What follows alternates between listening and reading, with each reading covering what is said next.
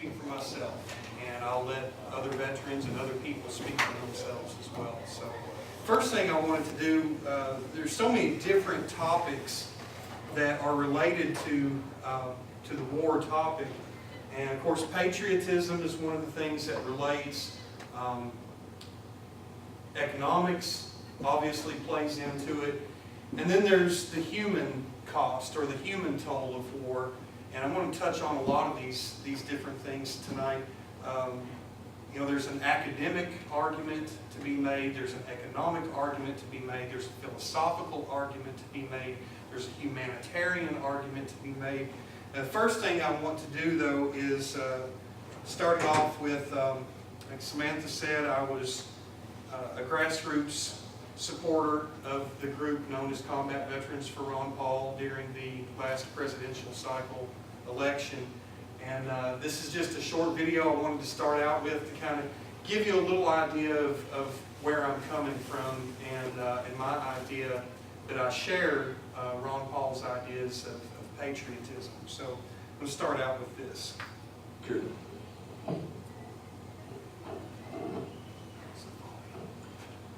Madam Speaker, for some, patriotism is the last refuge of a scoundrel.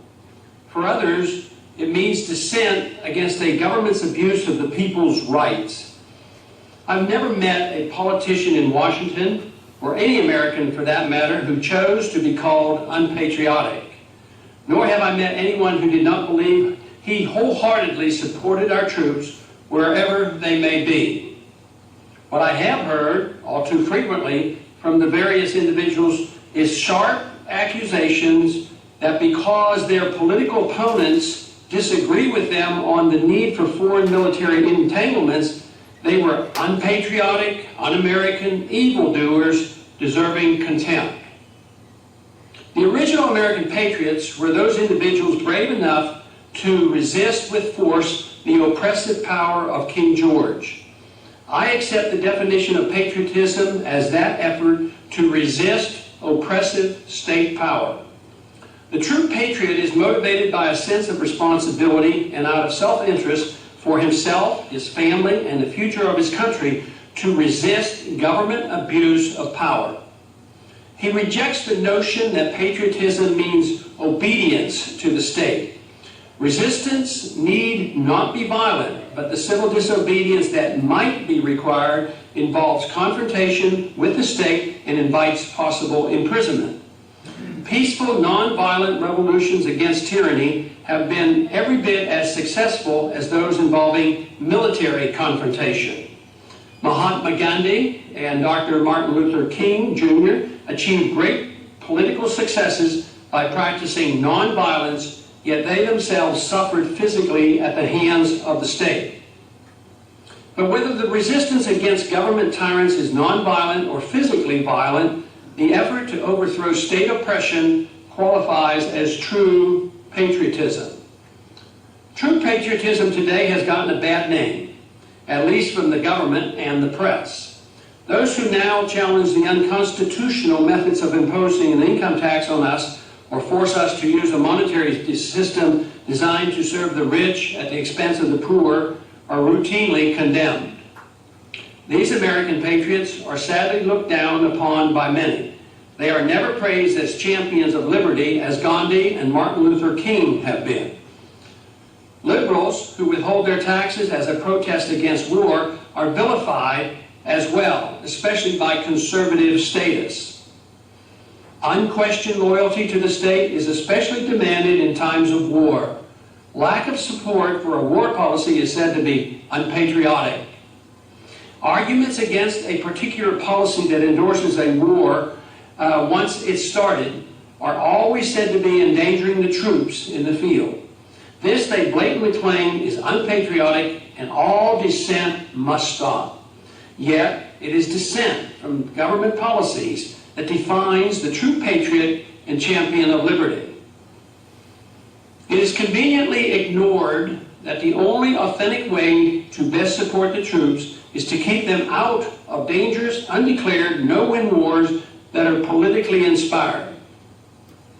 Sending troops off to war for reasons that are not truly related to national security, and for that matter may even damage our security, is hardly a way to patriotically support the troops. Who are the true patriots? Those who conform or those who protest against wars without purpose? How can it be said that blind support for a war, no matter how misdirected the policy, is the duty of a patriot? Randolph Bourne said that, quote, war is the health of the state, close quote. With war, he argued, the state thrives. Those who believe in the powerful state see war as an opportunity.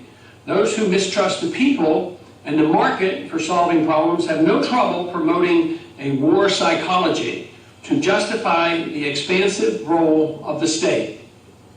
This includes the role the federal government plays in our personal lives as well as in our economic transactions. And certainly the neoconservative belief that we have a moral obligation to spread American values worldwide through force justifies the conditions of war in order to rally support at home for the heavy hand of government. It is through this policy, it should surprise no one, that our liberties are undermined. The economy becomes overextended, and our involvement worldwide becomes prohibited. Out of fear of being labeled unpatriotic, most citizens become compliant and accept the argument that some loss of liberty is required to fight the war in order to remain safe. This is a bad trade-off in my estimation, especially when done in the name of patriotism. Loyalty to the state and to autocratic leaders is substituted for true patriotism. That is, a willingness to challenge the state and defend the country, the people, and the culture. The more difficult the times, the stronger the admonition becomes that the leaders be not criticized. Because the crisis atmosphere of war supports the growth of the state, any problem invites an answer by declaring war, even on social and economic issues. This elicits patriotism in support of various government solutions while enhancing the power of the state. Faith in government coercion and a lack of understanding of how free societies operate encourages big government liberals and big government conservatives to manufacture a war psychology to demand political loyalty for domestic policy, just as is required in foreign affairs. The long-term cost in dollars spent and liberties lost is neglected as immediate needs are emphasized. It is for this reason that we have multiple perpetual wars going on simultaneously. Thus, the war on drugs, the war against gun ownership, the war against poverty, the war against illiteracy, the war against terrorism, as well as our foreign military entanglements are endless. All this effort promotes the growth of statism at the expense of liberty. A government designed for a free society should do the opposite: prevent the growth of statism and preserve liberty. Once a war of any sort is declared, the message is sent out not to object or you will be declared unpatriotic. Yet we must not forget that the true patriot is the one who protests in spite of the consequences, condemnation or ostracism or even imprisonment that may result. Non-violent protesters of the tax code are frequently imprisoned, whether they are protesting the code's unconstitutionality or the war that the tax revenues are funding. Resistors to the military draft or even to selective service registration are threatened and imprisoned for challenging this threat to liberty. Statism depends on the idea that the government owns us and citizens must obey. Confiscating the fruits of our labor through the income tax is crucial to the health of the state. The draft, or even the mere existence of the selective service, emphasizes that we will march off to war at the state's pleasure. A free society rejects all notions of involuntary servitude, whether by draft or the confiscation of the fruits of our labor through the personal income tax. All right, so this is Ron Paul talking obviously a little bit about patriotism. And patriotism is one of the things that definitely contributed to my decision to join the military. Thank goodness we don't have a draft anymore. I'm against conscription myself. We do have a voluntary military, and I joined in 2006, served with the 173rd Airborne Brigade out of Vicenza, Italy. Went to Afghanistan in May of 2007, served for 15 months in the Konar province of Afghanistan until August of 2008. Konar province, for those that maybe don't know, is it's a mountainous tribal region along the Pakistani border. Some of you may be familiar with a documentary entitled Restrepo.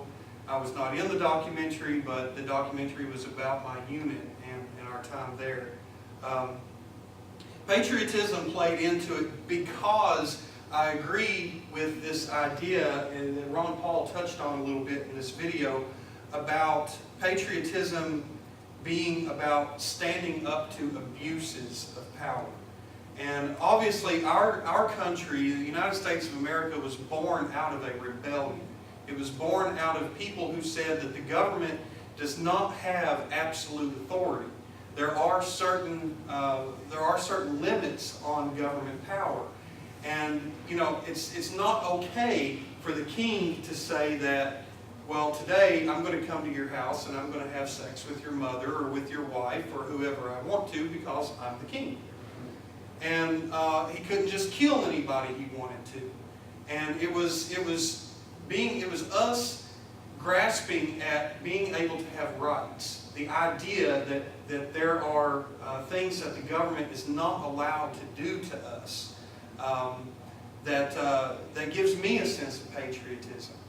And it's service to this idea that we have basic fundamental rights that helped encourage me into my service, among many other things, obviously. But first of all, I want to talk a little bit about some realities of war. These are just a few facts, and if we could, I just ask everybody, do me a little favor. If we could just step back from all our preconceived notions for a minute, and any rhetoric that we may have been exposed to before, and just have an open mind and think about some of these things. And like I say, you may not agree with my perspective tonight, and that's fine.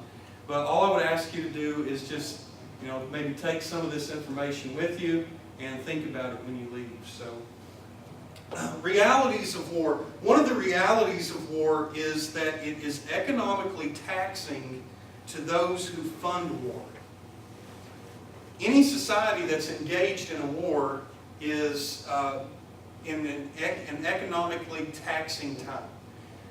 Industry gets moved into a war posture. The citizenry gets moved into a war posture. An entire society's structure is focused on a war posture. And we start to make things, we start to make instruments of war. And so a nation's resources gets poured into making these instruments of war. And do we need some of those things? Okay, well maybe we need some of those things, but how much of it do we need? Should we be spending so much on our military capabilities that you take America's capabilities, for example, and our spending on military capabilities, add the rest of the world's spending for military capabilities up, and it's just about the same as America alone. We spend a lot of money and resources on war. War is economically taxing to a country. It's economically taxing to the people that wage it, unless you're funded by it. There are people that make out during war. There are people that make money during war. Now, I'm a capitalist, and I'm an unapologetic capitalist. But that doesn't mean that I think that all the money should be funneled into war. To the contrary, I think capitalism adds good things to our lives. And I would argue that the resources that we pour into whether it's the labor force or what have you, that it's better served and our lives are better enriched when those resources are focused on other things that make our lives comfortable as opposed to war, as opposed to preparing for war. On CNN, there was a question asked of our former Joint Chiefs of Staff, Admiral Mike Mullen. CNN asked, at one time, Admiral Mullen, you said in a different context that the national debt was a threat to national security. What was your thinking? Admiral Mullen replied, actually the way I said it, and still believe this, is that it's the single biggest threat to our national security. Obviously it's complex, but the way I looked at it, if we didn't get control of our debt, there would be continued loss of confidence in America. That was in May of 2012, and we've spent, literally trillions on our recent wars. Another reality of war: human beings die in war. We kill and we die in war. That's what war is. In my mind, war is something that we want to avoid if at all possible. I mean, is there anybody here that would actually say, I want war? I think we need war. We want war. Let's kill some people. I mean, surely we wouldn't advocate that, let's just go kill people. Has to be a reason, right? There's something called just war theory. And some people refer to this as Christian just war theory, but it's more than just Christian. It's an idea, a theory that's been developed over many centuries, actually, and it's just the idea that there has to be a moral justification for war. Just war theory, doctrine of military ethics, starts in Roman philosophical and Catholic origin. But the idea is that there must be a reason behind why we go to war. If you're going to advocate for death and destruction, then there has to be a moral imperative behind it.